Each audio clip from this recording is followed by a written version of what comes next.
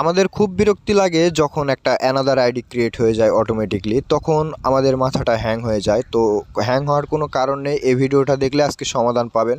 তো আমরা যেহেতু প্রথমে একটা ফার্স্ট অ্যাকাউন্ট থাকে আমাদের পার্সোনালি আইডি যেটাকে বলা হয়, তো এইটা বাদ দিয়ে আরেকটা অ্যাকাউন্ট অ্যানাদার অ্যাকাউন্ট দ্বিতীয়ত ক্রিয়েট হয়ে যায় ভুল ভবিষ্যৎ, বা কেউ জেনে শুনে ক্রিয়েট করেন কিন্তু ডিলিট করার কোনো অপশান পান না। তো সেই বিষয়ে আমি আজকে জানাবো যে ডিলিট করবেন কিভাবে এই অ্যানাদার অ্যাকাউন্ট। এই যে দেখতে পাচ্ছেন আমার প্রোফাইল থেকে কিন্তু একটা অ্যানাদার আইডি কিন্তু ক্রিয়েট হয়ে গেছে। তো প্রথমে আমরা অ্যানাদার আইডিতে চলে যাব, তারপরে এটা ডিলিট করব। তো কিভাবে ডিলিট করব শুরু থেকে শেষ পর্যন্ত না দেখলে কিন্তু ভিডিওটি বুঝতে পারবেন না। তো তারপরে এই যে দেখেন সেটিংসে চলে যাব।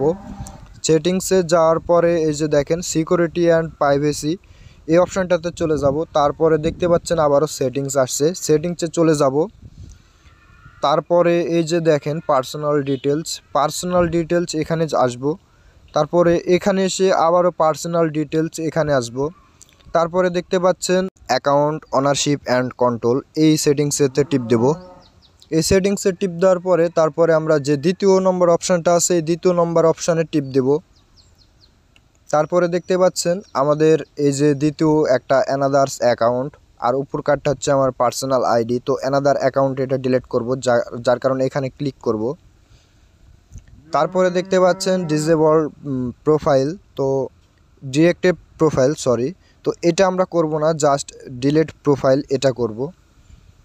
অ্যানাদার অ্যাকাউন্ট যেহেতু আমরা ডিলিট করব সেক্ষেত্রে এটা সিলেক্ট করে কন্টিনিউতে টিপ দেব। তারপরে এখানে কিছুই করব না, তারপরে উপরকার অপশানটা সিলেক্ট করে কন্টিনিউতে চাপ দেব।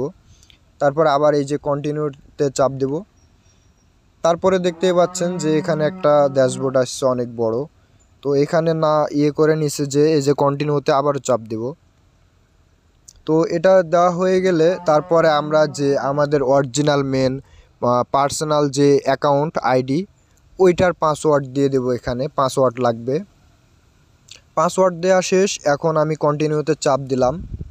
তো দেখতেই পাচ্ছেন এখানে আমাকে বলে দেওয়া হয়েছে যে 30 দিনের ভিতরে যদি আমি আইডি ব্যাক নিতে চাই, আবারও অ্যানাদার অ্যাকাউন্ট যদি আমার দরকার হয় তাহলে আমি ব্যাক নিতে পারবো 30 দিনের ভিতরে ডিলিটিং ক্যান্সেল করে। তো এখানে দেখতে পাচ্ছেন ডিলিট প্রোফাইল, তো ডিলিট প্রোফাইলে আমি চাপ দেব, কারণ আমার এটা অ্যানাদার অ্যাকাউন্ট খুবই বিরক্তকর লাগে, প্রয়োজনীয় একটি জিনিস। তো আপনারা চাইলে এটাকে ডিলিট করতে পারেন সরাসরি।